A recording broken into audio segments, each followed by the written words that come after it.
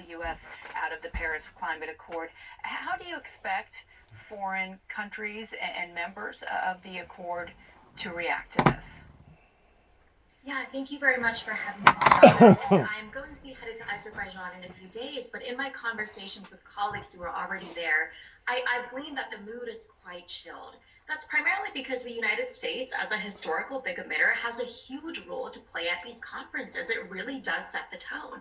And in my years at the conferences, you watch the United States, the European Union, China, India really work in lockstep on some of these big issues. For example, at COP26 in Scotland, there was an agreement to phase down coal. Last year in Dubai, there was an agreement to transition away from fossil fuels. You need all the big emitters on board for something like this. So I think the prospect of President-elect Trump returning to office and reneging on these key agreements could create a permission structure for the other big emitters to also soften their climate pledges. And this is the year when climate change has been front and center on many people's minds. We've had so many disasters around the world. This is the year when we need all of those key leaders to come together at the table and initiate big climate action the most. Yeah, and on the agenda this year were commitments made in 2015, and that includes climate finance to allow for poorer countries to invest in cleaner power and the need to help them adapt to facing climate change. If, let's say, the United States does withdraw,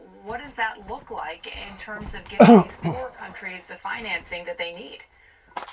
The situation is quite challenging because, as you alluded to, this is billed as the finance COP. So there were several agenda items around getting those funds flowing from the historical big emitters, from the developed countries into developing countries that are unfortunately bearing the brunt of the climate crisis, though having contributed so little, so negligibly to it on their own.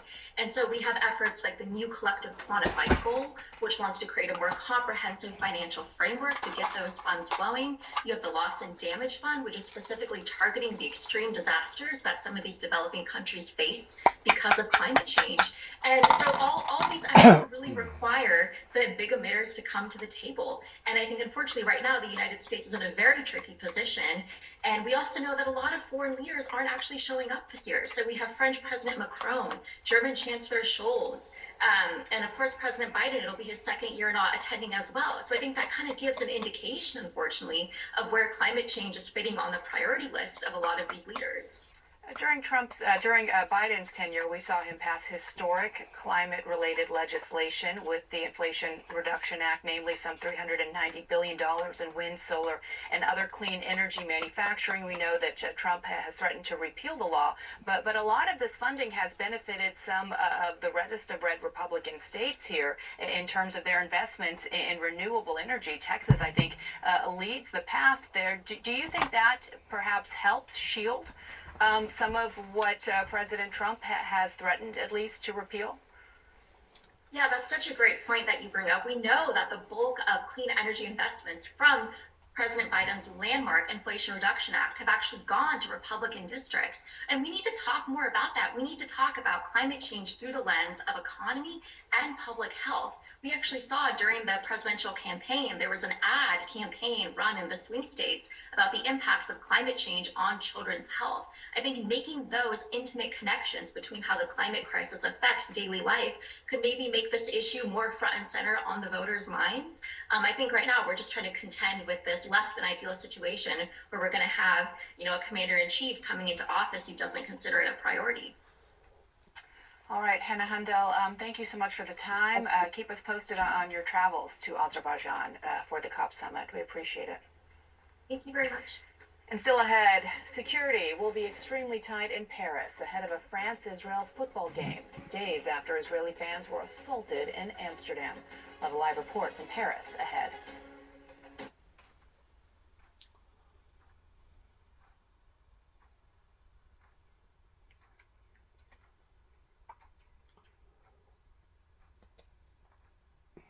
Officers and maintain order in and around the stadium and on public transportation, while the venue itself will have 1,600 stewards on duty. The move comes days after Israeli football fans were assaulted by gangs of young people in Amsterdam. CNN's Melissa Bell joins us now live from Paris. And Melissa, this is something we spoke about last week, and what was really stunning in watching some of this video was the amount of time that appeared to pass before really security was able to get a hold of the situation. What has Paris learned from what happened in Amsterdam, and what different presence can we expect to see come Thursday? Much different in scale. You're quite right, Bianna. Last week, when the tensions had begun to mount on the Wednesday as the Israeli fans arrived in Amsterdam, some of them videoed chanting anti-Arab sentiments, tearing down Palestinian flags, the Dutch police had decided to put extra people on the streets the next night, but nowhere near enough. And that's for a couple of reasons, really.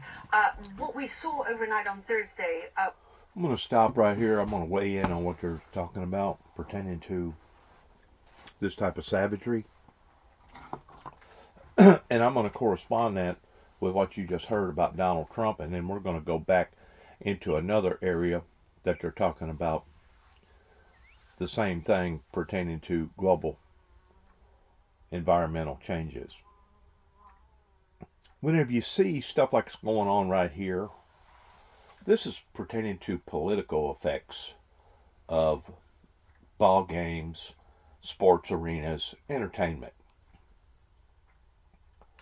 If the leading factor is continually on the same path that it has been projecting now for the past few months, pertaining to the new administration that's fixing to come in power, that's basically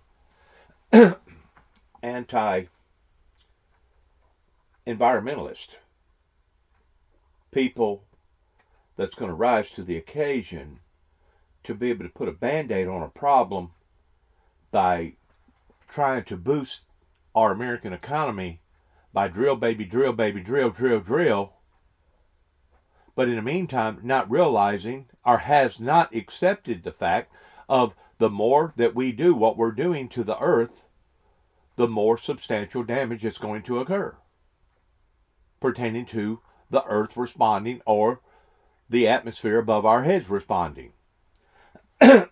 Whenever planet Earth, which is basically kind of like a hive, whenever it's going through these sorrows that the Bible talks about, that there will be divers earthquakes in divers places, that's exactly what he's talking about. And these things are only going to tremendously get worse, not only in other parts of the world, but right here in the good old USA, especially if Donald Trump has gave a green light towards drill, baby, drill, baby, drill, drill, drill.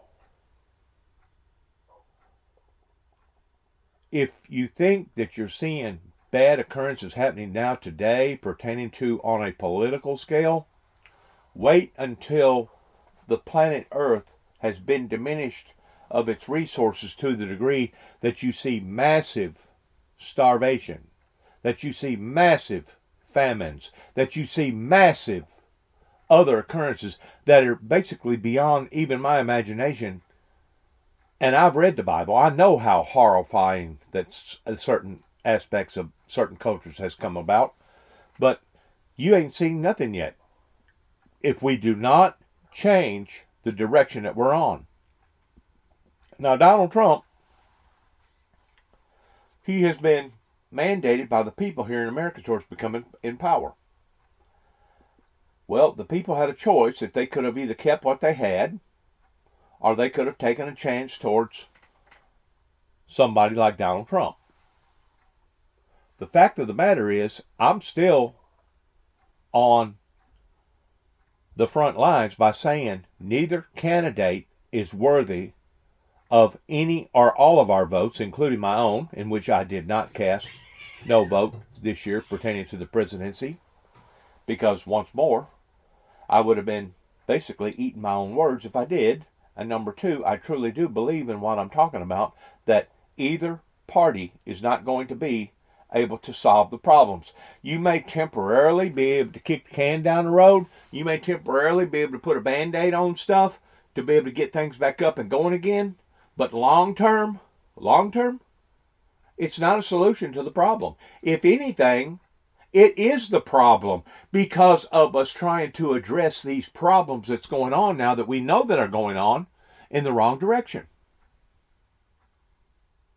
So if you think that you're seeing violence and hostility on levels that we don't like to see on TV, regardless whether it be George Floyd or January the 6th of the conditions that Donald Trump created pertaining to the rioting that went on in the Capitol building, or a ball game, if you think that those things are bad, in which they are, I promise you, you have not seen bad yet pertaining to the sorrows that are going to be fallen upon to the planet because of humanity not wanting to listen to people such as myself in expressing our feelings towards you, towards trying to help you. Well, if you're not going to be willing to help yourself, then that pretty well knocks me out of the category towards anybody like me helping you.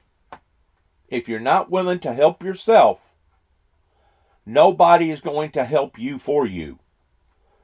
But what you can expect is the repercussions of not choosing to want to help yourself, which drastically the consequences in most cases are horrifying.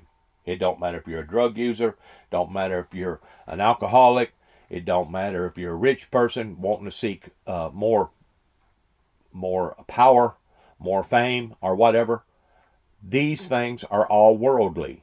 And because they're worldly, God is going to put a stop to it. And the way that he's going to put a stop to it is basically stopping his protected provisions upon to us and basically looking down at Lucifer and saying, sick 'em, do your job. The Bible says that you're going to come down in great wrath in the last days to bring misery and distress upon to society. Do your job. And that's exactly what's going to happen. In other words, we'll be left to defend for ourselves. Now, spiritually, pertaining to our souls, those that are going through such calamities, and I'm not talking about right now what you're seeing pertaining to rioting, but I'm talking about death and destruction in people's lives, those who are of the Lord, pertaining to following after the Lord Jesus Christ, in their souls, God will take care of their spirits. God will take care of their souls, because no man can pluck you from the Father's hand pertaining to your spirituality. The spirituality side pertaining to your spirit. But on the fleshly side, that ain't what it's talking about. Whenever God talked about through his Son that he would stick closer than a brother, that's in the spirit world. Whenever God said that he will not forsake us or abandon us, that's in the spirit world. That ain't in the physical world. And whenever you have warnings and advisories going out, such as the Windmill Ministries here has been putting out, you're going to run into some severe consequences down the road if Donald Trump does what he's saying that he's going to do. I didn't vote for Donald Trump. I didn't vote for Biden. I didn't help neither party, but I didn't hurt neither party. But what I can do is voice my opinion about what the parties have either done or have not done. And this is all, including the $35 trillion that we're in debt right now as Americans, this is all part of the reflection towards what a group of individuals decided to do going back into the late 80s that now we're seeing the consequences on account of. And I think if anybody knows anything about my life, they'll be able to understand what I'm talking about pertaining to the Reagans and the Bushes. Were very violent attacks, hit and run attacks, as they were described afterwards, on individuals not in and around the stadium. In fact, everyone sort of left in a peaceful manner. It was later and in isolated parts of the city where Israelis were hunted down, and that's something we've heard again from the mayor of Amsterdam, who's been speaking about the investigation that's ongoing. The fact that it now seems that there were WhatsApp groups, messaging groups, to help people find the Israelis and allow for these attacks. That's something that she announced the other day. So one of the questions now for the investigation will be how long those coordinated attacks have been planned for, who was involved. Of course, in Paris, to your question, Bianna, the situation is going to be much different. You're going to have those 4,000 security forces, but it's going to be around the Stade de France, which is slightly outside of Paris. One of the questions... Now I want to say something else pertaining to the security, the extra security.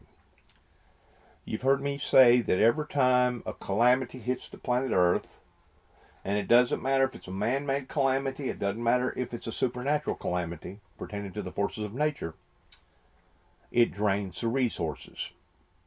It drains the resources.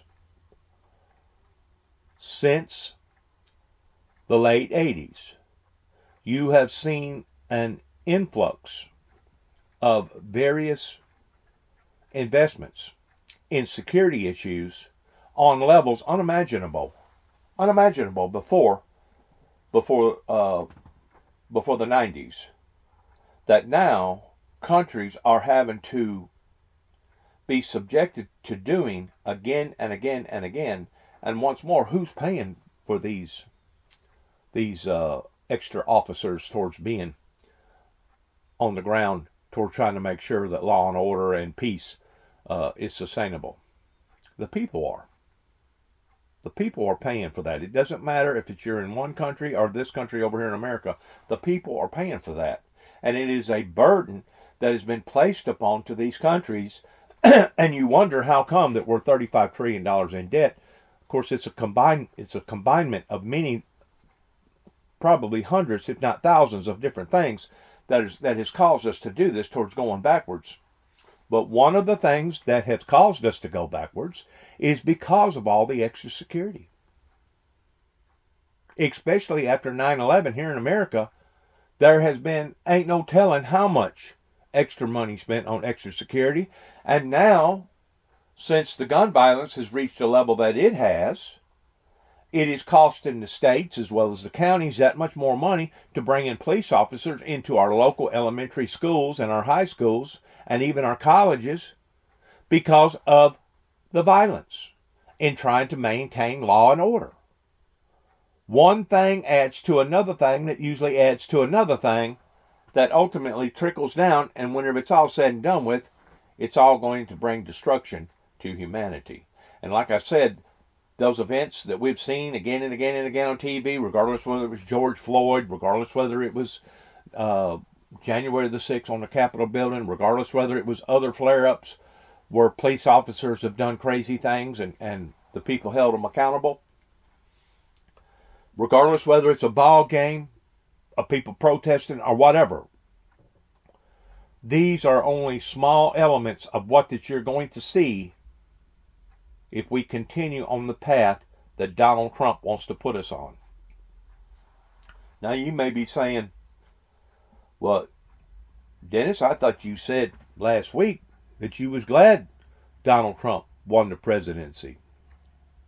Above and beyond and over of continuing on the same path that we was on, pertaining to it being adrenaline, slow motion,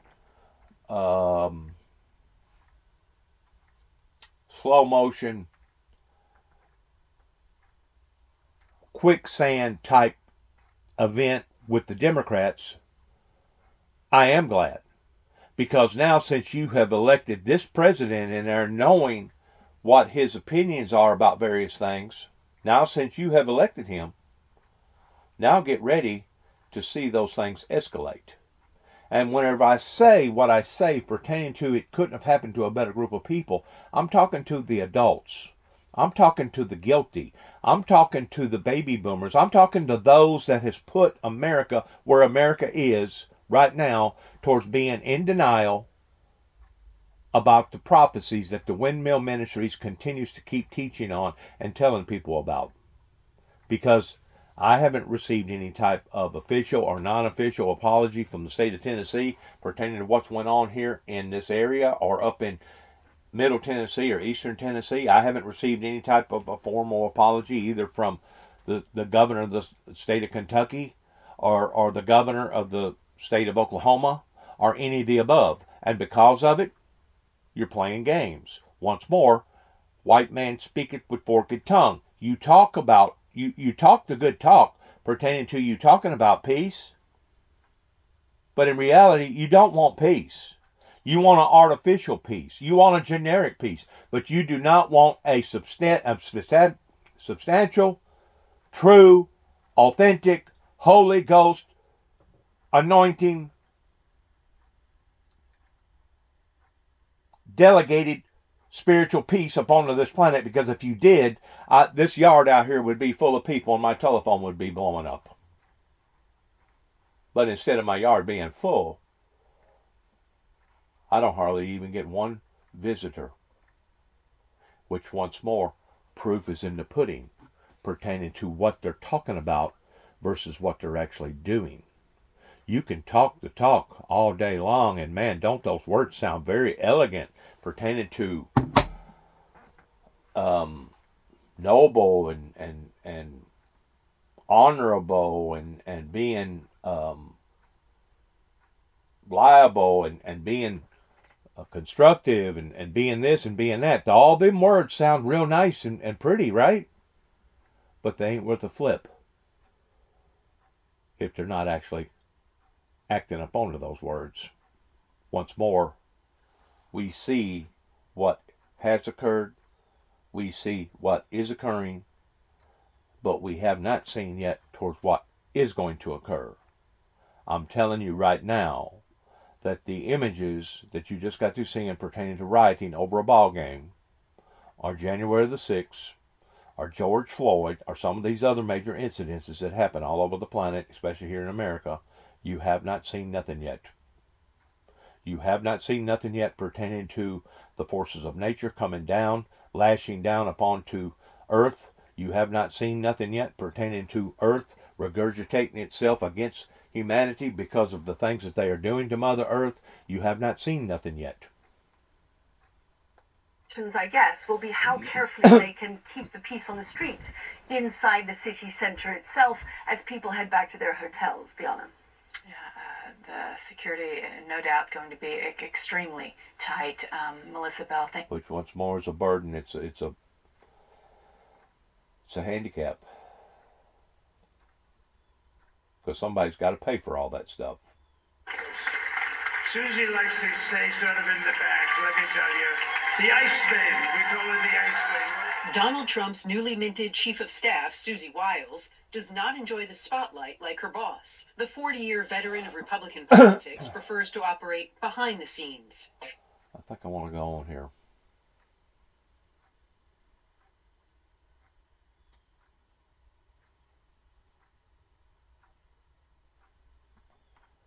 Let's just go on. Keep going. I do want to catch this because of this being Veterans Day. And certainly the most recent presidential election. But keep in mind, Donald Trump had 4 chiefs of staff when he was in the White House for his first term. But certainly Susie Wiles is anti-chaos, which may be exactly what this next Trump White House needs. Our thanks to Randy Kay for that report. Well, honoring the fallen and saluting those who've served their country. French President Emmanuel Macron and British Prime Minister Keir Starmer stood shoulder to shoulder a short time ago, laying a wreath in Paris during Armistice Day ceremonies. Mr. Starmer is the first British Prime Minister to attend the commemorations in Paris since Winston Churchill in 1944. The two world leaders then joined the heart and soul of today's solemn remembrance events, the British and French veterans.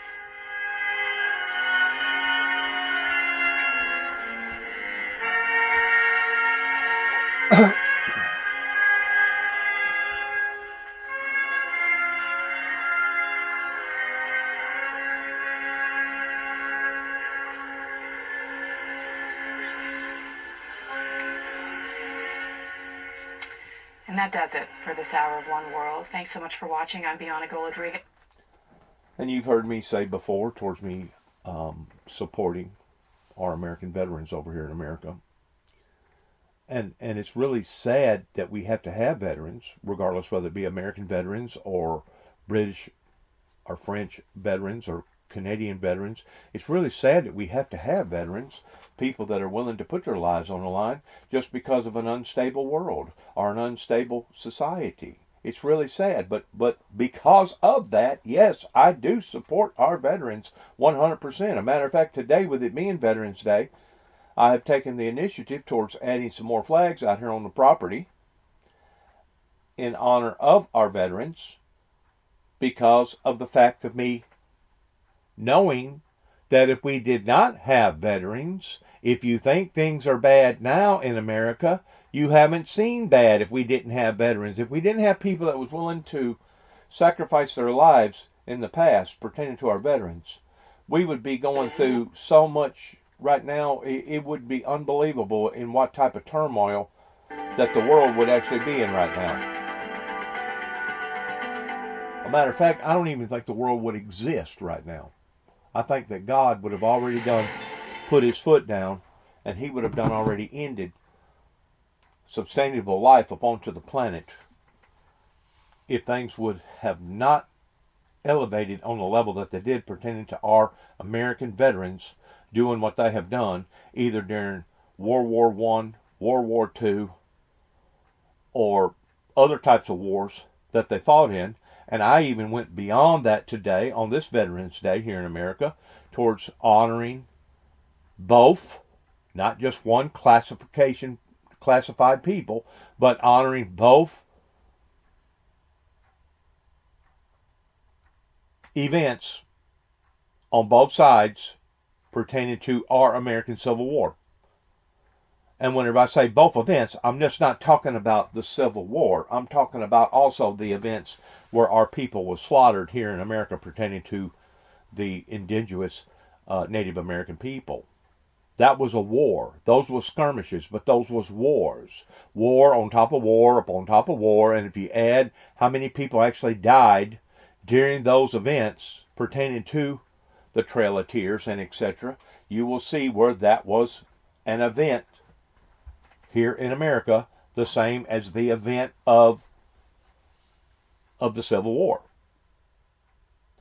It was, those events come at different times, but it still happened to the same group of people, basically, on the same continent. Even though they happened at different times, it was still people defending and protecting their property and standing up towards doing the right thing that basically had to pay the ultimate sacrifice for, regardless whether it was World War I, World War II, Vietnam War, the Korean War, other types of activities pertaining to Desert Storm, Desert Shield. You know, it's not the veterans' fault that our leadership has led us in the wrong direction towards either elaborating upon these wars or actually trying to be an epoxy to the war in an indirect way, but it's still being projected by the people that is in charge of our lives. You have to look at it on the big scale as well as what has happened in these wars. And, you know, you go back into the British era that wanted to take over the Native American people.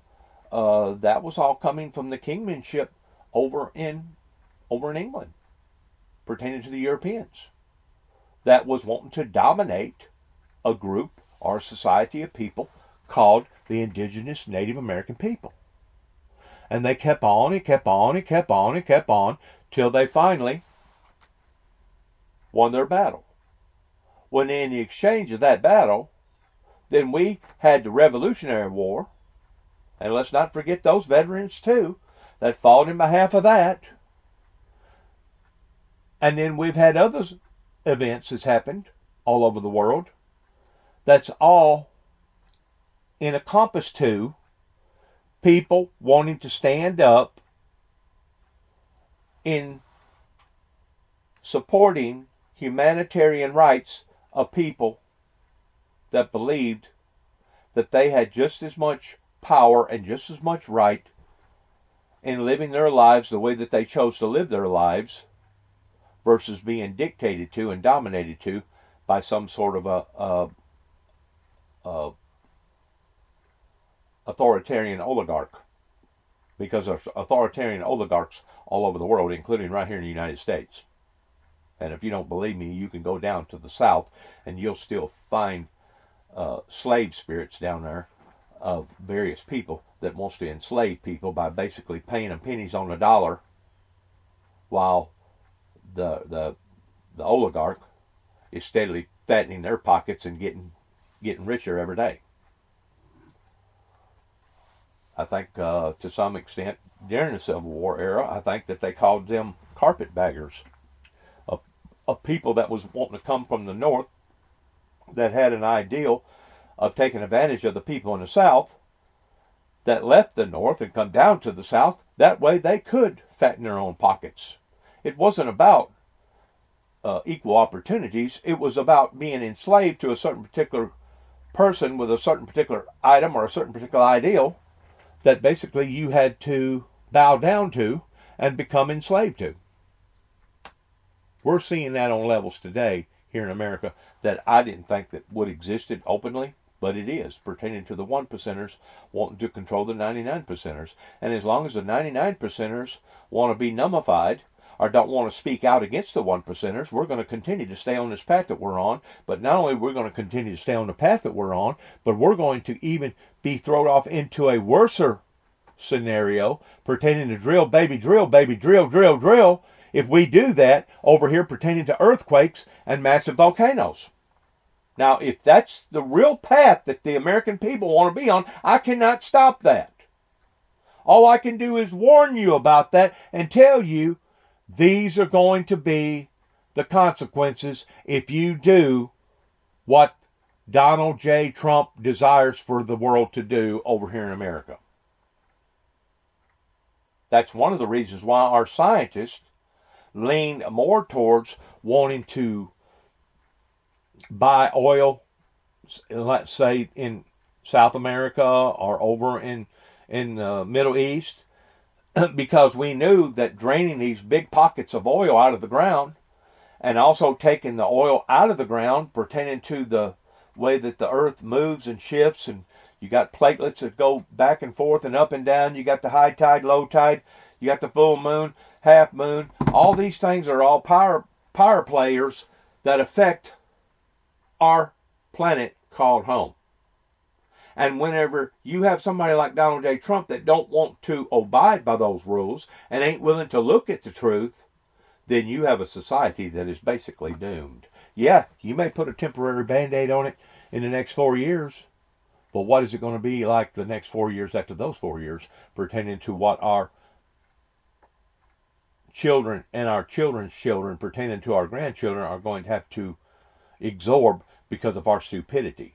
And it really goes beyond stupidity because it's no longer considered gross negligence. Now it's intentional negligence. And if it's intentional negligence, now we go into a completely different category. That's the reason why I say what I say about what went on down at Mount Carmel, Waco, Texas, is that was a plot, deliberately plotted to want to destroy a group of people because somebody didn't like the fact that 70, 80 plus people was gathering together towards being doomsday preppers. And they was going to put an end to it, and the way that they was going to be willing to put an end to it was basically using any means possible of doing so, and that's exactly what they done. But in the meantime, they had injured ATF agents and dead ATF agents, as well as other people that was dead that didn't have nothing to do with it, including the Oklahoma bombing. We have a government of a people that's out of control. And if we, the good people, ain't willing to step up and talk about it and reform this, then we're only going to continue to go backwards again and again and again. Now, what you're fixing to see right here is going to validate the things that I'm talking about regarding global warming. Please watch. It's scary. It's reached a level of no longer being concerning. Now it's reached a level of being scary. And welcome to Amanpour. Here's what's coming up. World leaders reckon with a warming planet and a second Trump term at COP29. I'm joined by the Democratic governor of Washington State, Jay Inslee, who staked his legacy on the climate issue. Then, She needed to feel it. She needed to suffer, as I had. a shattering revelation that changes everything. It is the series finale of Disclaimer. More of my conversation with creator Alfonso Cuarón and star Kate Blanchett. Also ahead, I think this is much more a story of neglect than of sexism. why men turned out for Trump. President of the American Institute for Boys and Men, Richard Reeves, tells Hari Srinivasan why he thinks that demographic was a blind spot for Democrats.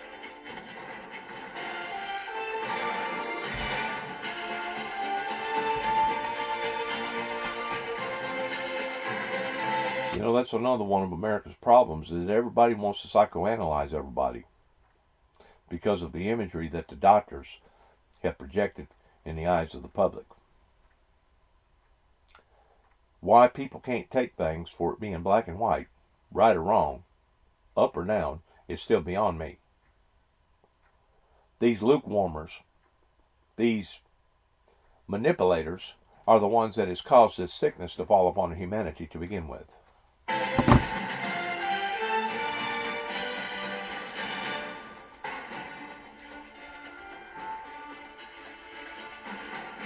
Welcome to the program, everyone. I'm Christiane Amanpour in London. It's in full swing, world leaders game planning for a Trump 2.0 New World Order. In Europe, the Polish Prime Minister Donald Tusk has called for high-level meetings with fellow leaders to discuss Ukraine, NATO, and trade, calling the new political landscape a serious challenge. In Saudi Arabia, Middle East leaders are gathering to discuss their region and a potentially much more favorable tilt towards Israeli Prime Minister Benjamin Netanyahu and his far-right allies, like under Trump 1.0. And in Azerbaijan today, global delegates trying to mitigate climate change at the annual COP summit remember with dread former President Trump's pulling out of the landmark Paris climate accords. And he spent this campaign promising to drill, baby, drill. Even in his victory speech, he enthused over how much oil or liquid gold would be produced under his leadership. It's recently been announced that yes, 2024 has been the hottest year on record, like last year was, and probably like next year will be too. Just look at these pictures from Pakistan and India today. So much toxic smog that it's even visible from space. So, we are joined by the Democratic governor of Washington State, Jay Inslee. He is dubbed the greenest governor of the United States, and he's dedicated much of his political career to mitigating the climate crisis, and he's joining me now. Governor Inslee, welcome to the program. Thanks for talking about this most important topic. We appreciate your leadership. So look, it's super important. It's something that you have really dedicated your time in office to. But I want to start by asking you about what President Trump said, even on his victory speech, because that obviously is hanging over what may or may not be possible in the future. Let me just play this. Leave the oil to me. We have more liquid gold, oil and gas. We have more liquid gold than any country in the world, more than Saudi Arabia. We have more than Russia. They're going to bring the end of the world into an existence quicker by doing this than they would be by taking precautionary measures in response to all this. And I do want to comment about my input. Since I have stepped out into the eyes of public domain on social media, I don't get paid a dime. I don't get paid a dime from social media. I don't get paid a dime from Elon Musk. I don't get paid a dime from any type of commercial that's wanting to enhance or profiteering off of solar panels or wind or other forms of energy producing programs. I don't get paid a dime. In other words, I'm not a commercialist. I'm not somebody that is being motivated by saying the things that I say because somebody's paying me to do those things. My motivation is to try to help people and not hurt people. Now, my son come down to my house this weekend, and I appreciate him doing so. And he brought the granddaughter down, and we had a time of that afternoon and at night and the following next morning towards being able to share one another with one another's company. And I had the opportunity of giving her a bunch of toys. I don't know, it's probably $500 worth of toys that I gave her to put to the side. That way she'd have something to open up towards Christmas. I wanted to make sure that my granddaughter had stuff. And I think any grandparent would do the same. But after he left me here, he went to Memphis, and it seemed like every time that he goes down there, it affects his life in some sort of way. And me and him got in a heated conversation last night. And somehow or another, he feels like that I'm trying to shame society. Now, other people that hear this testimony or hear this message that are against me, I'm pretty sure that they're going to feel the same way. He's trying to harm society. He's trying to teach us a lesson. He's wanting to shame society. No, the shame's already there. Okay? It's just a matter of who's willing to wear it. That's just like the preaching coming from the Windmill Ministries missions.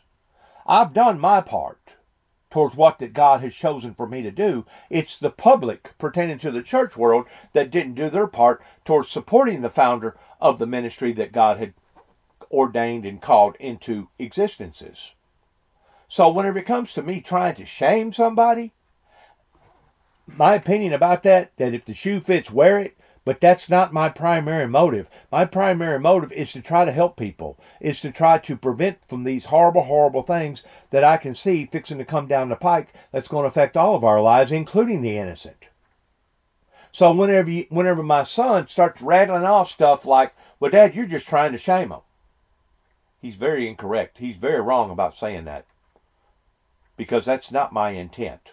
My intent was to try to help people, but because of the resistance movement that began during the Reagans and the Bush era, it has put all of us in behind the 8 ball, and now I really don't have no other choice other than to speak in defense of the things that I'm speaking in defense of, which is, you know what? We had the opportunities that we could have cleaned this whole thing up, and none of us would have been going through these problems right now, such as we're going through. But obviously, there was a certain amount of people, either in the White House or right here in Northwest Tennessee, that chose for those people not to go down that path. And because we didn't go down that path, now we're going down a completely different path. Because we're going down a different path, now I'm having to use other types of wording experiences to be able to try to help society, but I'm still almost like talking to the wind. In other words, I would have probably as good of a response towards going out here and speaking to a tree as I have seen the response coming from my social media platform. Because basically, I've not seen telephone calls. I've not seen my phone blowing up. I've not seen a gathering of people coming out here wanting to support the things that the founder of the Windmill Ministry supports. And because of it, it is enlightening in telling the truth, the whole truth, nothing but the truth, that proof is in the pudding. These people called Homo sapiens down here on the planet Earth that talk about peace, in reality, they do not want peace, because if they did, they would have stood with the founder of a ministry that supported peace all along. So what do you make of that? I see you giving the thumbs up. What do you make of that?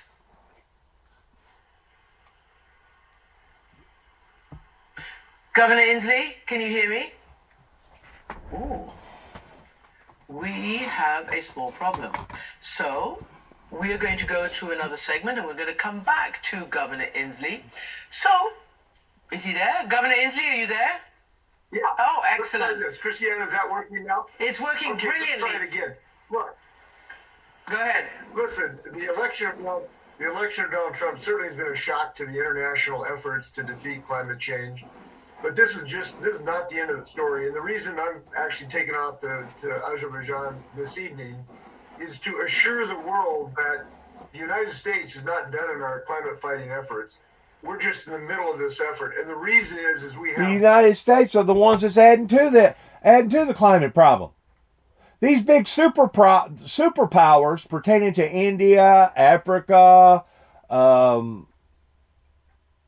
basically whoever's on the major continents, that's the biggest country, are the ones that's contributing to this.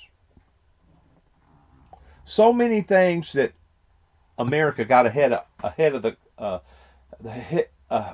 let me try to pronounce this a little bit better.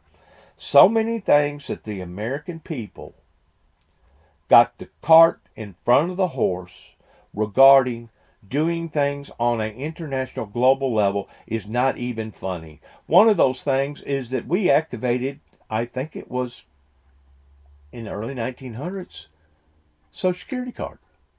Everybody is now identified through a number, a Social Security number.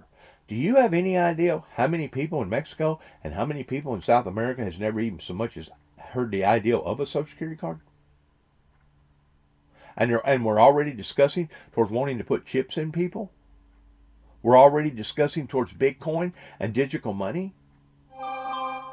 And those people in a lot of these other parts of the world, they haven't never seen running water. They've never seen a telephone. They never have seen an automobile go up and down the road.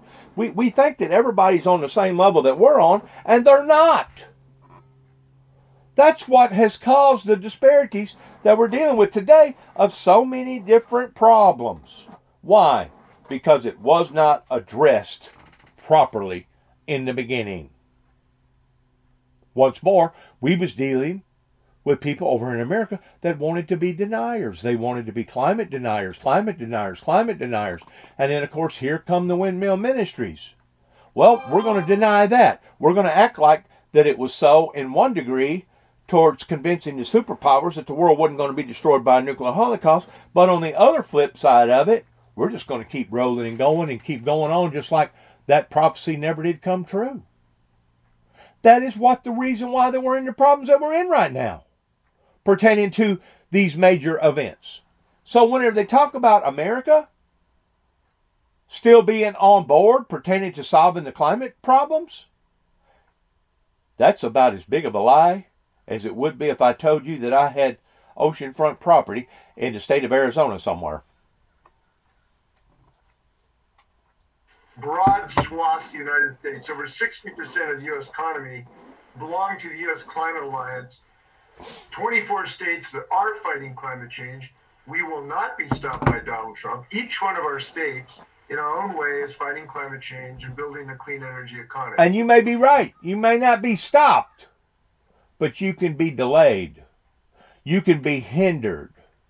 You can be put back. And by doing so, what is that going to cost? The cost of human life. While others are getting stinking filthy rich off of using this particular tactic towards bringing energy into the world. And we know for a fact that there's 100 different other ways that you can bring affordable energy to the people that will not have to be draining the resources out of the ground. We know that for a fact by watching Facebook and YouTube, by seeing other creativenesses of other people bringing forth different formulas to be able to bring forth other means of energy. It's the fact that these people don't want to divert from oil energy, and they rather stay on the same path that they're on. Well, guess what it's going to cost you? It's going to cost you that much more grief down the road. And even though these wealthy rich people today are at the age that they're basically looking death in the face because of their age, they're still going to be held accountable for these decisions that they're making. They may not be held accountable in this lifetime, but in the lifetime to come, they will be held responsible and liable for putting that much more misery and hardship upon to society. Because that's exactly what they're doing. And when they talk about America deviating, that's exactly what Donald J. Trump wants to do, because I've heard it come out of his own mouth that as far as he was concerned, environmentalist was crazy and that it's all a big lie. And I know that other people have heard that come out of his mouth too as well. clean energy economy. And in my state, just last week, we defeated an anti-climate fighting initiative 62 to 38. We had our own landslide in favor of action against climate change. So I will be going to Baku to share the message, the bugle call that states should not give up on the United States. We still have states, governors, and legislators that are leading on this subject. And this move to cleaner fuels is not going to be abated. It's going to continue because of the But it's going to be slowed down. Entrepreneurship, technological, it's going to be hindered. And policies in at least 24 states that really lead more energy transition. Mm-hmm. So that's good news. We're going to share in Baku. Okay, so when you're in Baku and people say to you, "That's all well and good, Governor, but this is what happened last time around. He pulled you out of the Paris Climate Accord." Uh-huh. Do you think that's as important as what you're doing on the state? What is the negative impact of pulling out of the Climate Accord by the U.S. government? Big one. Well, I think it is a signal, unfortunate, that we have a climate denier in the White House, and that unquestionably will retard what otherwise would happen on a federal level. But the point I want to share with people is even in 2016, it did not slow me down in the state of Washington. We continued reducing our climate emissions and building clean energy economies unabated. And we did it because of our own policies, our own investment of state dollars, and our own entrepreneurial zeal. So we are going to continue making progress on fighting climate change, Donald Trump or no. Now, is it unfortunate that he will not have... I compare this to a locomotive. What he's doing is a locomotive. It's one big engine that's still going in the right direction. Compared to, let's say, a railroad that's got 4 locomotives hooked together, turning the 4 into 1, as far as a power play. That if we was having somebody in the federal office pretending to the presidency that was pushing more towards climate change, towards all these other different problems that the world is experiencing right now, it would be in comparison to a locomotive of 1 locomotive versus 4 or 5 that's hooked up to the same train. Whenever you're on a federal scale, especially being the president, you have the big mic. You ain't just talking to a few people, a few million people. You're talking to a few 100 million people, if not even a billion people that's listening to you as you're talking. There's only one other mic that I know of that exceeds that, and that would be social media, regardless whether it be Facebook or Elon Musk. These big mics are those 4 and 5 locomotives that I'm talking about. That's those power plays. Well, whenever you no longer have that power play to depend upon, and now that power play has decided to either back out or actually go up totally against, be an anti-environmentalist, it's going to hinder, it's going to slow down, it is going to delay progress. That now, by delaying progress, how many lives is it going to cost? How many more harsh tornadoes is it going to create? How many more harsh hurricanes is it going to create? How many more harsh earthquakes or volcanoes is it going to create? This is the part that the 1%ers are not getting, that is causing that much more problems upon to the 99%ers. And until the 99%ers are willing to stick together on this and unify, I promise you, this world is only going to drastically get worse and worse and worse. And every time there's an effect, it drains the resources. Every time the resources get drained, everything is based around supply and demand. As there's less of supply, the prices go up. It's going to get to the point that I think eventually the working class and the poor class won't even be able to hardly be able to afford to eat, much less hang on to their cars, much less hang on to their housing, much less hang on to their utilities, much less hang on to all the other extra amenities that they're accustomed to. It's going to come down to the point to where the people that's going to be able to survive are going to be the richest of the rich, because they're the ones that's going to have the deep pockets to be able to go down here and buy a T-bone steak for $30 a steak before it's ever cooked. And I know I'm exaggerating on the price a little bit, but it's very little bit, because I've seen some of these butcher shops. They had predominant meat in there, but my God, you was going to pay a predominant price for it too. Well, whenever you have that going on, that's going to basically bankrupt the poor class completely out of the arena of being able to afford such a steak. And it's also going to work on the working class people to the point that they're not going to be able to afford as many steaks. And eventually, if the prices keep going up on meat, and if things keep getting worse and worse, it's only going to be the 1%ers that's going to survive. Which, that's good. I'm glad to hear that, because I want these people to survive. I want these bankers, I want these lawyers, I want these judges, I want these politicians all over the world to survive. Because I promise you, the Bible will fulfill itself to the degree that one day, and it's coming very close to that day, that they will beg for the rocks to fall upon them, and the rocks will fall not. In other words, they would desire to die and to get out of this horror that they have created for us all, but they won't be able to. And that will be the 1,000-year millennium, during the time that there will be a form of a temporary peace. But during the crises of all those hardships that are happening to humanity down here on planet Earth, because they will suffer immensely for what that they have done. Those that are still living down here. Now, let's go to a completely different format. Let's go to the format of everything being in the spirit world. You may be saying, well, those people got away with that. No, they didn't. They didn't get away with that, because they're evilly minded, they're evilly deceptive, their motives are evil, their whole ideal is evil, and those will be the people that will follow after the Luciferian Lucifer whenever God releases this thing out of its prison to go and deceive the nations again into Gog and Magog, and that's whenever there'll be no more chances. That's whenever it will be over for them.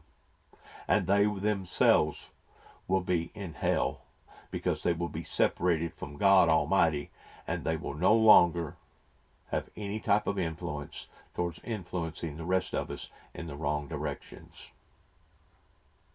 Now, I realize the things that I'm talking about today are strong. And I realize it's probably going to be offensive to those people in those very powerful positions. And that's all right. Because as of right now, really and truly, what do I have to lose? Because I've not seen my phone blowing up. I've not seen a gathering of people out here towards honoring or wanting to support the things that the Windmill Ministry supports. I mean, I do things for the Veterans Association, but what does the veterans do for me other than fighting endless wars that could be basically done away with if people just got together and decided that they was going to get along versus getting it on. Which, once more, don't get me wrong, I do support our military, and I support them 100%, because without them, God only knows what kind of environment that the American people would be subjected to right now. I'm pretty sure it would be under the rule of a madman like Hitler, or some other power player out there that wanted to dictate and dominate, similar towards the Saudis with their Sharia law of the Muslims, or the Mosaic law, Mosaic religion that's growing in leaps and bounds all over the world. That's another thing that our country is not addressing properly, along with about 1,000 other things. Continued investment, increased investment that we might otherwise had, yes. But we have as much climate change fighting that we are capable of advancing on the state level as the federal level. And that's going to continue because as these tragedies unfold, today both coasts of the United States are on fire. Valencia, Spain is under 6 feet of mud. Nashville, North Carolina was flooded.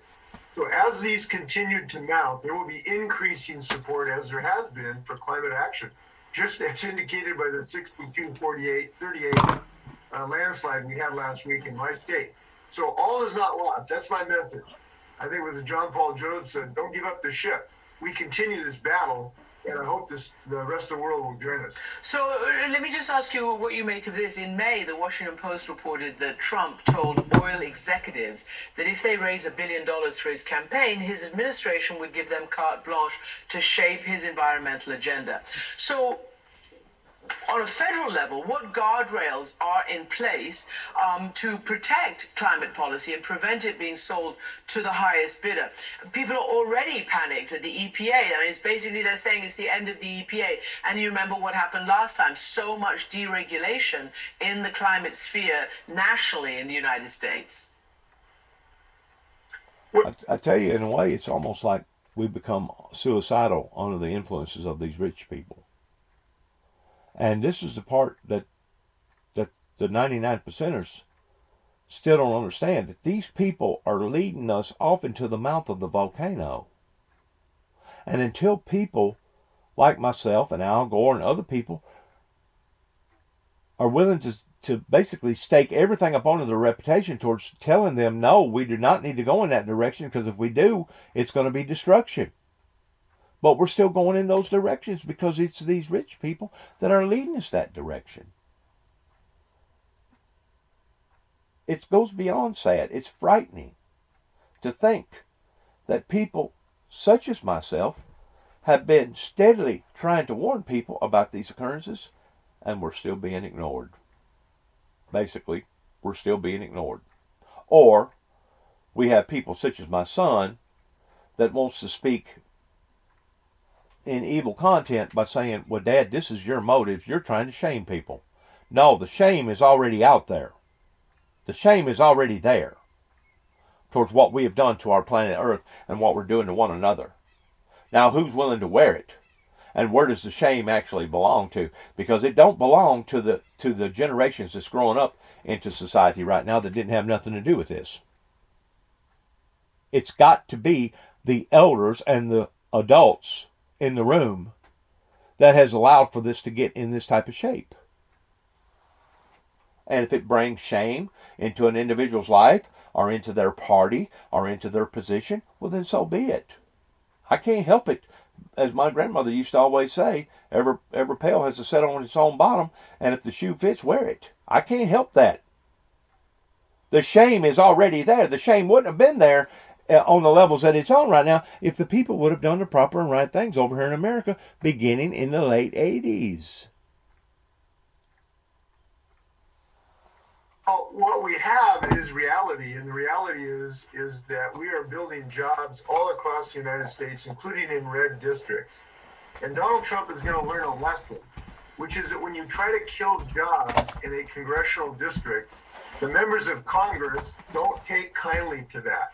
And what is going to happen is he's going to be full of bluster as usual, but if he actually tries to remove, for instance, investments in the Inflation Reduction Act, those Republican members of Congress are going to rebel against that. They've already had 18 of them basically said, no way, you're not going to take jobs out of my district. He's going to run into a wall of resistance because we are building jobs across the United States. So it's like many other things. He makes a lot of noise, but can't progress. And that's going to be a good thing for us. And he's not going to be able to dismantle the investments of the Inflation Reduction Act. And I'm happy to say that because in my state, like many states, or all states, we're building jobs like crazy in advanced battery manufacturing, in fusion energy. It's just rocking our economic development. And so I think he will largely fail in his effort to reduce current levels of investment. Now, will he be as aggressive moving forward on regulatory measures? No, he clearly won't. Will we try to repeal some of our regulatory existing measures? Yes, but we still have a filibuster in the Senate available to stop senatorial support for some of those efforts. So this is a moment both to be to pick ourselves up, dust ourselves off, and get back into this fight because we got a lot of potential wins here. Okay, so why you mentioned the IRA, the Infrastructure or the Inflation Reduction Act, and all the investments that the Biden administration made on this, and to many so-called red states as well. Why do you think that didn't resonate with people? Creating jobs. I mean, there's been a lot of jobs created, including in this sphere. Under the Biden administration, why didn't that resonate on the last week? Well, listen, there were some historical trends working against the Democratic nominee this year that I don't believe are going to be repeated. One is the significant inflation that took place, that, as you know, was a worldwide phenomenon. Fortunately, it's coming down. And unfortunately, Donald Trump's policies could accelerate it. These massive tariffs he's talking about, mass deportation, a failure to enforce antitrust laws, giving this away to the billionaires, all of those would have inflationary tendencies. So unfortunately, it could come back because of his policies. Unfortunately, most, I believe, or many of his policies aren't going to be enacted because of the reasons I talked about. We had an immigration situation that was very troublesome to Americans.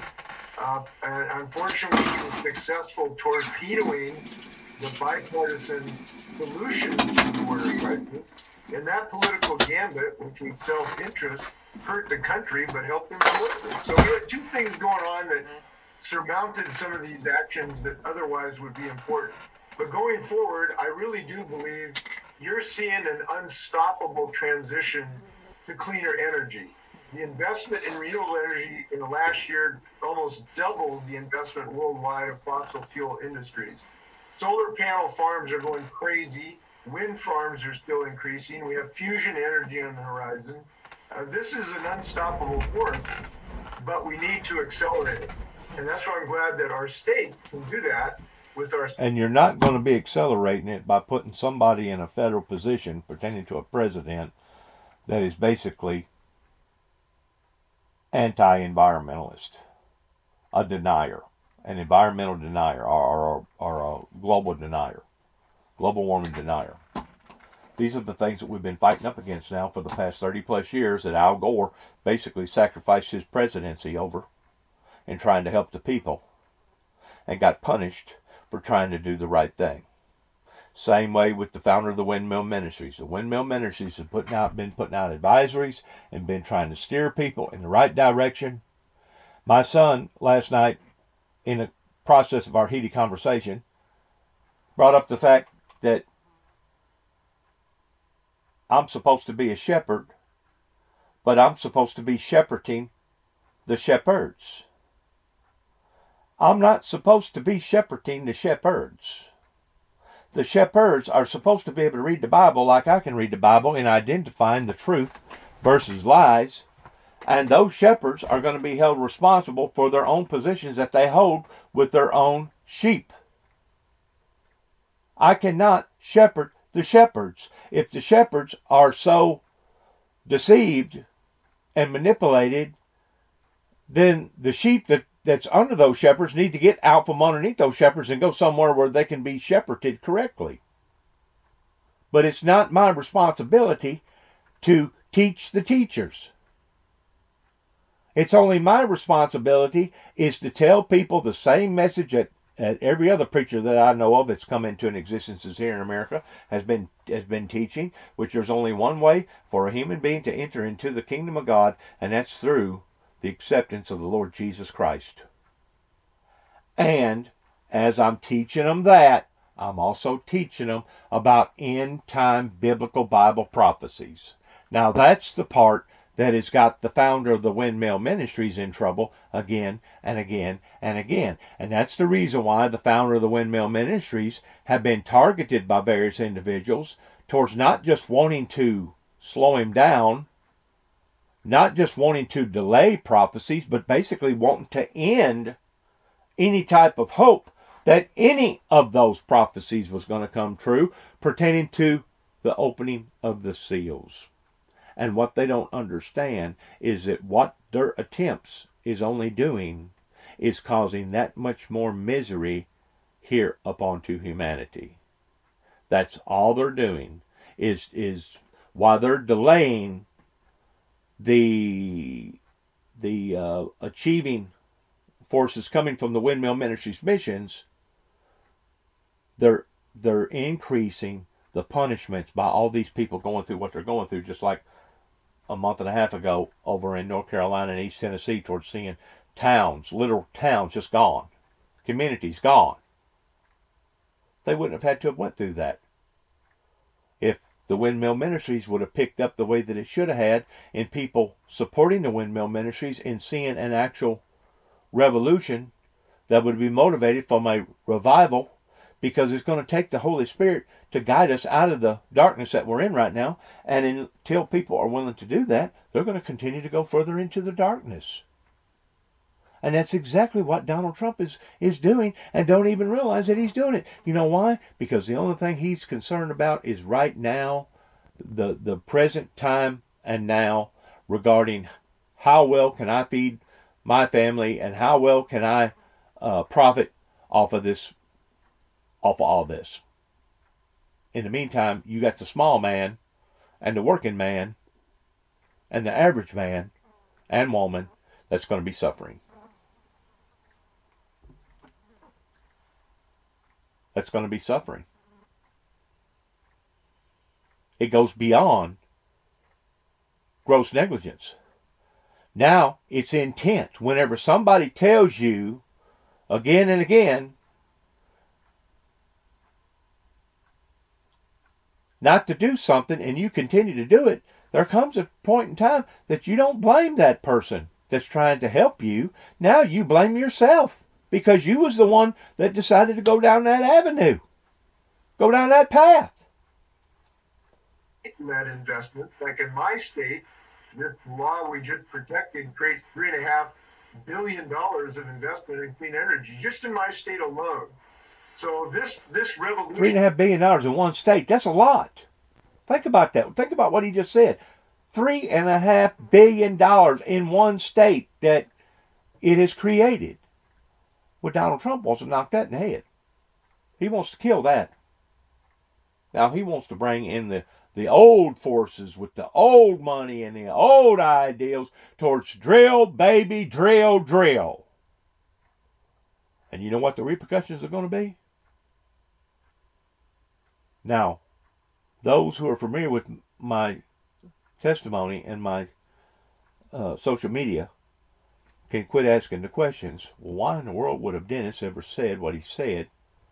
And the only thing that I can think of is to buy more air conditioners, because this planet is going to become miserable for humankind or animal kind to live on. And you wonder how come the animals are lashing out to the humans? Because they know who's causing this. The two-legged humans are causing this, compared to the four-legged animals that are not causing this. is going to continue. We need to accelerate it every chance we get.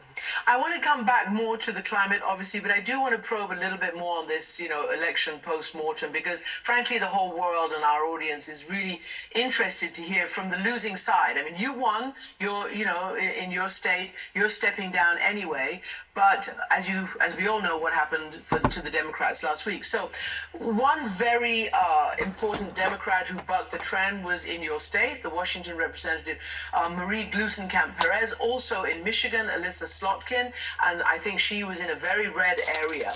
And they basically said that the story of the, what the administration had done was not told right, and B, they managed to win by telling and keeping them on message in the local, their local races, and it was very hard fought. What do you think, because others... I'm going to move forward right here, because I'm not really concerned about what has went on. I know it's already done over with. It already happened. Now let's move on. Let's see what other ideas that she comes up with pertaining to this global warming stuff. Substance. That is not a policy to tackle the fact that the suicide rate among men under 30 has risen by more than 40%. since 2010. That is not a policy strategy for dealing with the fact that we have bigger gaps, gender gaps on college campuses today than we did in the 70s, but the other way round. That doesn't affect the fact that working class men haven't essentially had a pay rise for decades. And so the substance is not there on the Republican side. The irony is that there's more policy substance already on the Democrat side. The infrastructure bill, for example, mostly helped working class men, Hispanic, black, and white working class men. But you couldn't find a single Democrat who would have said that, because they falsely assumed that talking about the things they were doing to help boys and men, acknowledging the very fact that there were problems with boys and men, would undermine their appeal to women. That was a big mistake. It was zero-sum thinking, and as a result, they not only lost ground among men, but among women. And so the message to Democrats, I think, coming out of this election has to be, don't move too quickly to the explanation of sexism. Instead, consider hard that this is the effect of a long-run neglect on the policy front of the issues of boys and men. Now, we've seen his support among men overall stay relatively steady of male voters. Once more, instead of our problems diminishing, they're increasing on every level you can think of. Instead of us going in the direction towards peace and utopia, we're going in the opposite direction. They can talk the talk all they want. Sounds good. Sounds very elegant, right? White man speaking with forked tongue. But in reality, they're still not listening. They're still not doing. They're still not acting. And because of it, it makes me wonder if they're truly not all doomed. Doomed in despair because of what has occurred. That these people will be held accountable, if not in this lifetime, in the lifetime to come.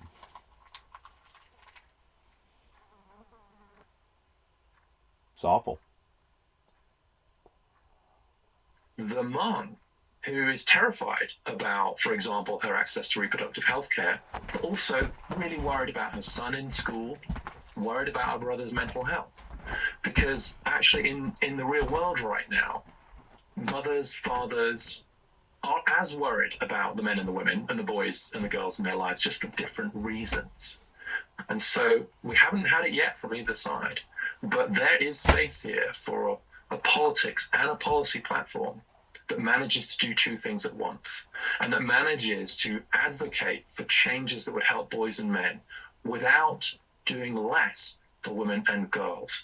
Right now, it feels as if the choice is between a Republican Party that in its messaging sometimes feels like it wants to turn back the clock on women, and a Democrat Party that has turned its back on men.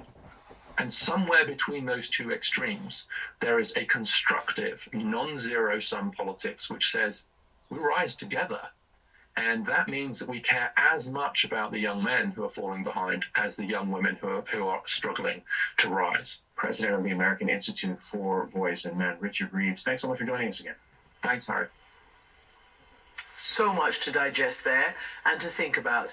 And finally tonight, a trailblazer in the world of dance. The acclaimed dancer and choreographer Judith Jamison has died aged 81. At a time when few black women were prominent in American dance, Jamison broke barriers training as a ballerina before joining the Alvin Ailey American Dance Theatre in 1965. At 5'10", she described herself as the antithesis of a classical dancer and became an international star, praised for her presence and grace. She would go on to serve for another 20 years as the company's creative director, transforming it into the most successful modern dance troupe in the country. And tonight, we leave you with one of Jamison's signature dances, Cry. It's a solo piece about black womanhood, and in her autobiography, she said, the dance allowed her to become herself. Thank you for watching, and goodbye from London.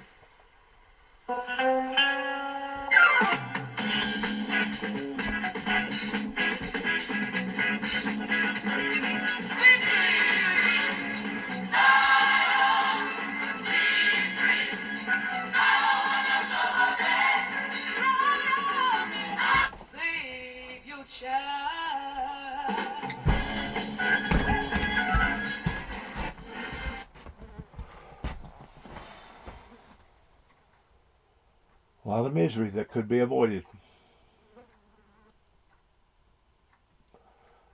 The people can pull together. We've seen where they can pull together. It's just a matter of getting them to pull together. It's unclear whether the government will go along with his plan, but Smotrich says Trump's election victory gives Israel an important opportunity. Have a listen. I intend, with God's help, to lead a government decision that says that the government of Israel will work with the new administration of President Trump and the international community to apply the Israeli sovereignty over Judea and Samaria, and for American and international recognition, and to the end of the Israeli-Arab conflict in the Middle East. Meantime, Israel's new foreign minister Gideon Saar says no government decision has been made yet on the West Bank annexation, but he's flat out rejecting the creation of a Palestinian state. Jeremy Diamond's following developments tonight for us from Tel Aviv. And Jeremy, what we heard there from Bezalel Smotrich is basically instructions in many ways of the annexation of the West Bank, which shouldn't surprise us. As you and I have spoken before, he is one of the most far-right ministers in Netanyahu's cabinet. But give us a sense what the Prime Minister is saying, if he's commenting at all, and how likely this is to go ahead. Well, listen, Bezalel Smotrich has been dreaming of Israeli annexation of settlements in the West Bank for years now. He is a settler himself. As you mentioned, he is one of the most right-wing members of this current government, which is the most right-wing government in history. And he sees an opportunity in the wake of Donald Trump's election, what he's calling an important opportunity to annex these Israeli settlements in the West Bank. And so he's directing these government entities that he oversees to begin making preparations for that possibility. And he also says that he said he has, quote, no doubt, actually, that he believes that President Trump, once he comes into office, will support Israel in this initiative. And he certainly has reason for that belief, and that is because in 2020, when Donald Trump put out his peace plan at the time, it did indeed call for Israeli settlements to be annexed into Israeli territory, in addition to creating a future Palestinian state that did not include some 30% of the occupied West Bank. Now, that doesn't mean that Donald Trump is actually going to go ahead and support annexation, certainly not right at the beginning of his term. Now, in terms of the Israeli Prime Minister himself, he had the opportunity following that 2020 plan to actually move forward with annexation. He chose not to at the time, and so far we haven't heard from the Israeli Prime Minister directly on this matter. And we have heard from the Israeli Prime Minister Benjamin Netanyahu in what regards his conversation with President-elect Trump. I think they've spoken numerous times. Give us a sense of what has been said between them. Yeah, 3 times in just a matter of less than a week, which is quite remarkable. Certainly would seem to be the most conversations that any foreign leader has had with Trump since he was elected last week. And it speaks, of course, to not only the close relationship that they both enjoyed during Donald Trump's last term in office, but also, of course, to the fact that Netanyahu has some ground to make up and is trying to reestablish that closeness, which was somewhat a relationship that was somewhat damaged after Donald Trump lost the 2020 election, when Prime Minister Netanyahu quickly congratulated then President-elect Biden on his election, and that drove a bit of a rift between the two men. But Netanyahu is saying that this was a very good and a very important set of conversations, and he also indicated that Trump and himself see, quote, eye to eye on the Iranian threat. And that is, of course, quite notable because, we've been trying to get a sense of how much latitude will a Trump administration give to a Netanyahu administration, who just this evening we heard from that newly installed foreign minister talking about the threat of Iran, talking about opportunities, as the defense minister did as well tonight, to potentially go after the Iranian nuclear threat after having disabled many of Iran's air defenses in Israel's last retaliatory strike against Iran. So it certainly is going to be very high on the agenda as Trump comes into office. And while Trump has indicated that he doesn't want to start any new wars, he has, of course, signaled a much tougher posture as it relates to Iran than the Biden administration. The question for Netanyahu and for the world, of course, is how will he enact that tougher posture? Exactly. Will it simply be through diplomacy, through increased sanctions, or could we see some kind of green lighting of Israeli military action? Yeah. Important context there from our Jeremy Diamond in Tel Aviv this hour. Appreciate it. Thanks, Jeremy. Well, Donald Trump has long indicated that he would reward loyalty if he returned to the Oval Office. It certainly appears that way as he chooses his new staff. CNN has learned that staunch Trump ally Stephen Miller there is expected to be named as White House Deputy Chief of Staff for Policy. Miller played a major role in drawing up Trump's plans for mass deportation of undocumented immigrants. The president-elect is nominating Republican Congresswoman Elise Stefanik, another of his strongest supporters, of course, to serve as U.S. ambassador to the United Nations. Earlier, Trump chose Tom Homan as his so-called border czar. Homan served as the acting head of immigration and customs enforcement during the first Trump administration. Let's get more then on these transition developments. I want to go into Steve Contorno, CNN Steve Contorno. And Steve, let's start then with the transition, and not just the border czar announcement, but also in Stephen Miller. Talk to us about their roles and why they were picked. Yeah, Donald Trump's signaling with these selections that he intends to make good on the top priority of his presidential campaign, which is the promises that he has made around the U.S. We're going to turn this off. We'll go outside real quick. This is Veterans Day here in America. And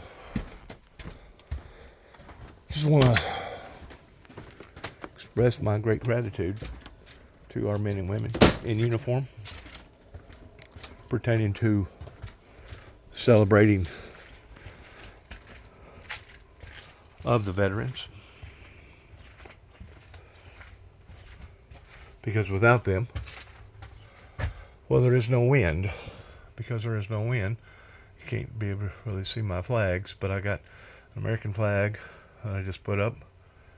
I got a Cherokee flag in the middle, and then one on the bottom is that all gave some gave all, pertaining to the POW flag. Starting to move around just a little bit.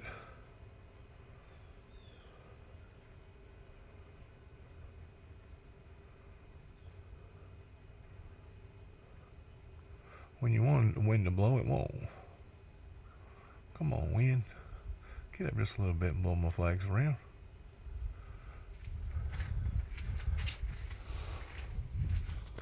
Sometimes even the wind don't want to be subjectionable. Especially in this day and time whenever these harsh conditions continues to keep bombarding the planet again and again and again.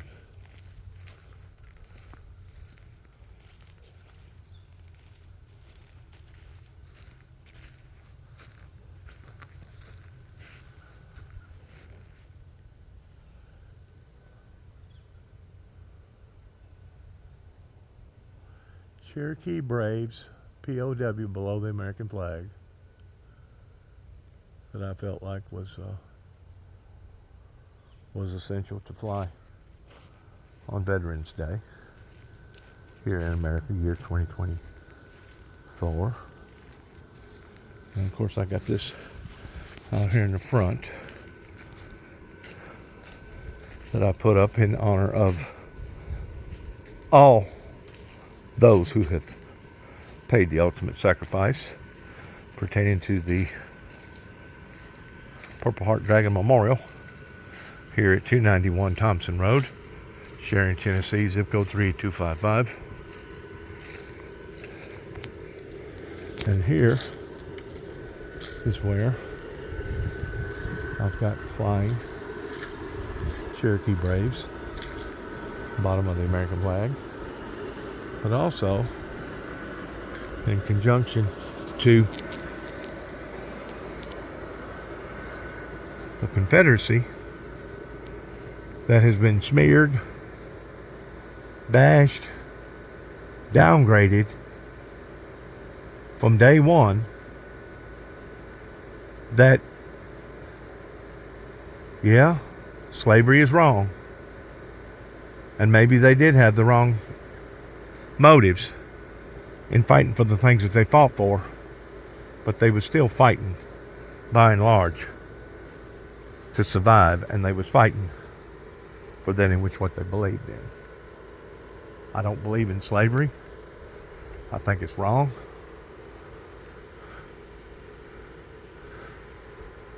I don't know that I can get that to correspond right or not. Don't look like I am. No wind, no breeze.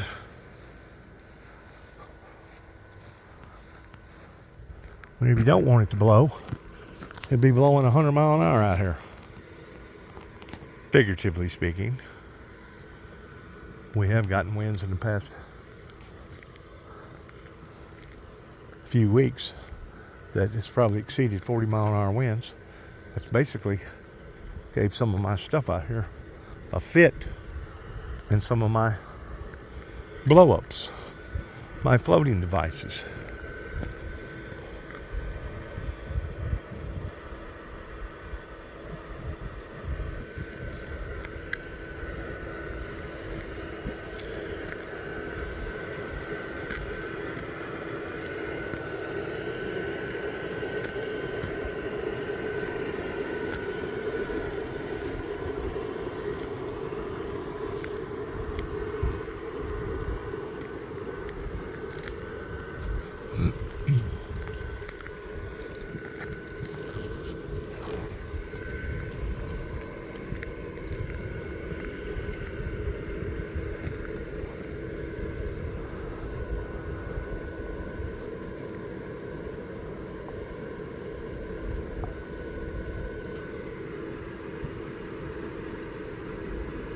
Thanking all our veterans in the past, the present, and the future.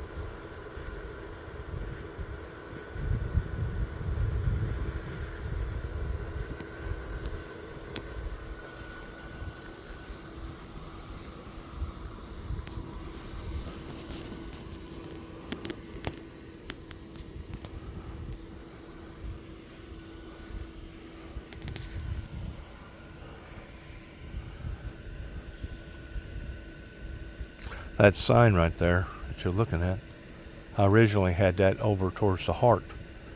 And then whenever our property was vandalized,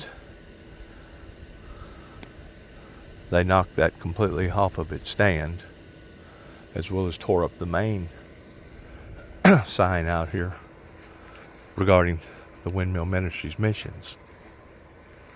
Just goes to show you how unappreciated that certain people can be in their ugliness towards wanting to sabotage or destroy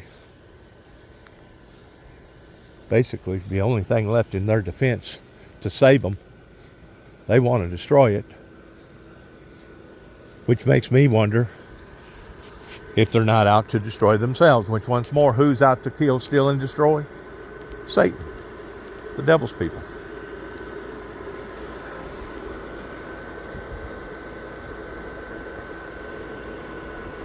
God bless America.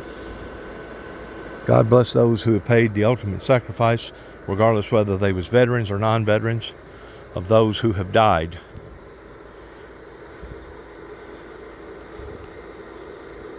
in a free world that they shouldn't have never died in.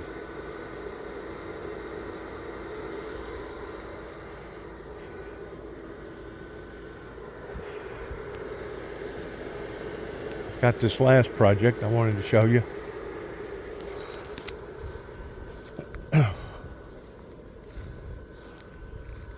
in honor of the veterans. I don't know if I'm going to get it up today or not. I probably won't. Then again, I don't know. It's almost 2 o'clock now out here now.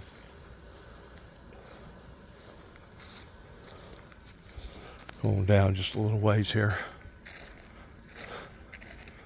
Kind of look around.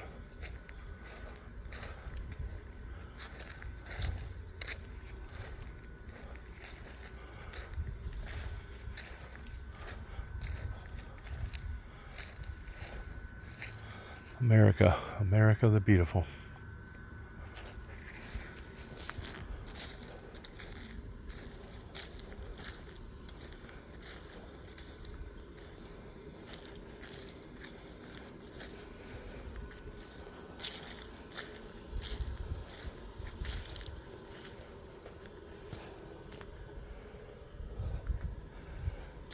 Got me another pole. That's a little bit smaller pole than what my original pole was. It's got the big American flag on right there. You can see it up on top, right there. Got it rolled up. But then I've started another assignment right here of these lit up flags that light up. That I think whenever I get through with it, it'll look pretty neat. I just don't know yet for sure where I'm going to put it. Probably put it back up on the same wall that they had the other flag on the last time. But then again, I don't know. But I'm not doing this to bring self-recognition to myself, because I've never been a veteran fighting in an actual combat zone. I was raised up under the leadership of a veteran that come out of World War II, that as far as I'm concerned, we was all nothing but his, I guess you'd call us our troops, our soldiers, that we was taught to obey. And if we didn't obey, we suffered the consequences towards not obeying. I truly believe that 75% of the children growing up today would not so much that they could not, but would not tolerate such abusivenesses that my family and I survived through regarding the veterans. But just because there's one veteran or two veterans or 1,000 or 10,000 veterans that act inappropriately to their family because of various sicknesses, post-traumatic stress disorder, doesn't mean that I'm going to put everybody in the same category towards them being mean and cruel and indifferent.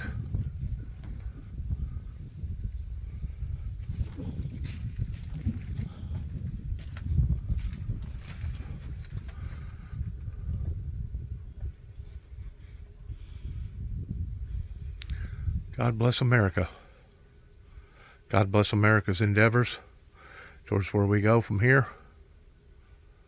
And may God bless our troops in fighting for a better tomorrow, for freedom for all of us.